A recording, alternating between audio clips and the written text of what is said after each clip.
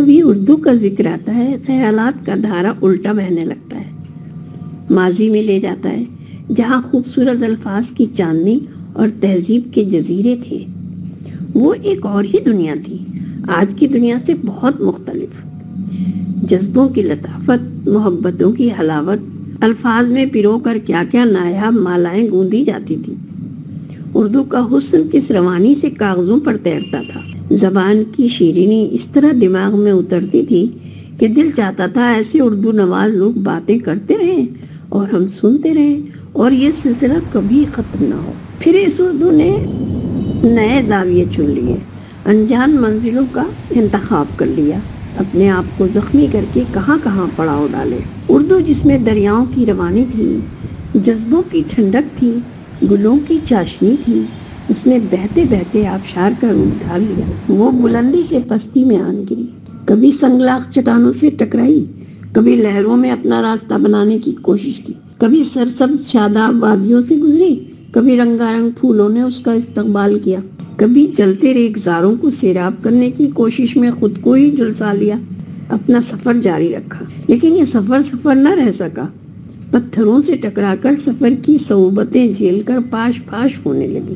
آخرکار وہ خود لوہا بن گئی اور کمپیوٹر کا وجود دنیا میں آیا۔ زمانے کی ترقی نے اس کو سنگسار کیا، پرانی قدروں اور الفاظ کو مسمار کیا، جدید دور کی تعلیم اور ترقی نے اس کو کرچی کرچی کر دیا۔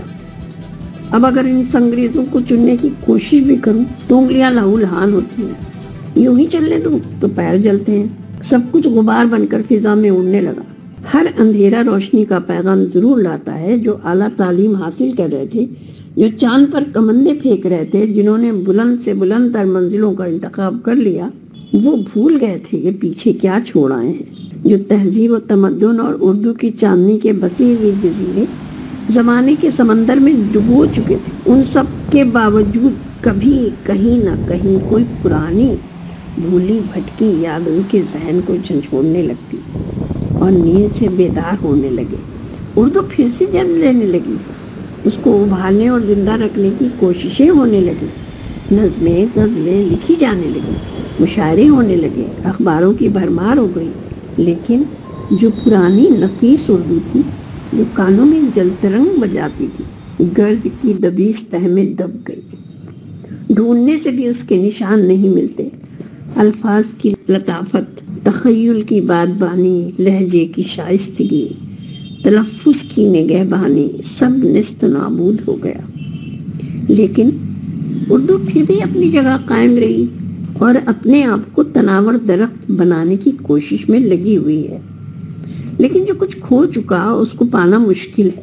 کتنے ہی کھیت کھلیان، جنگل بیابان، جھرنے آبشار، میدان ریگستان گزار دیے، کتنے ہی اسٹیشن پیچھے چھوڑ دیے، کتنے ہی جگہ پڑاؤ ڈالے، جہاں بھی گئی اپنی ذات کو ان کا حصہ بنا دیا۔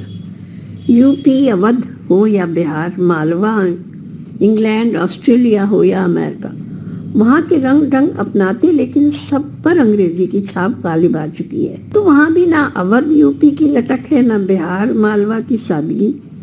اردو اپنے آپ کو بھول کر انگریزی کا سہارا لینے لگی۔ کتابی اردو نے اپنی تمام تر رعنائیوں کے ساتھ بہت کچھ سنبھالا دیا، لیکن تلفظ اور لہجے پر گرفت نہ رکھ سکی۔ اگر لہجے کو تھاما تو تلفظ پھسل گیا۔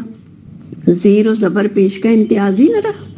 سب کچھ پکڑنے کی کوشش کی، لیکن جب ریت ہاتھوں سے پھسل رہی ہو اس کو مٹھی میں بند نہیں کیا جا سکتا۔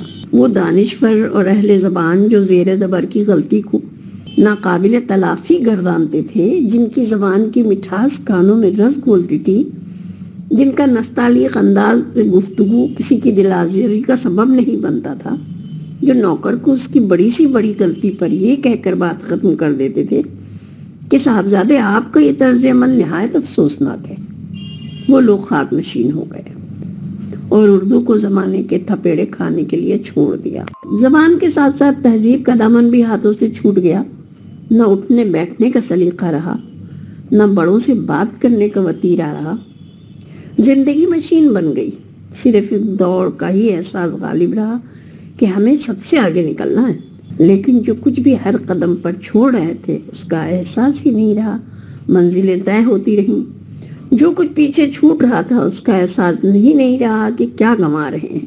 وہ زبان، وہ تشبیہات، وہ استعارے دنیا کی وسعتوں میں گم ہو گئے۔ پیچھے مڑ کر دیکھنے سے جلتے بجھتے جگنو نظر آتے ہیں، لیکن ہم ان کو پکڑ کر اپنی جھولی میں نہیں ڈال سکتے۔ اب وہ ہمارے ہاتھ نہیں آ سکتے، وقت بہت آگے نکل گیا ہے۔ در دالان، چھجے دریچے، باورچی خانہ، آنگن، پگڈنڈی، جھروکے، چلمن کہاں کھو گئے؟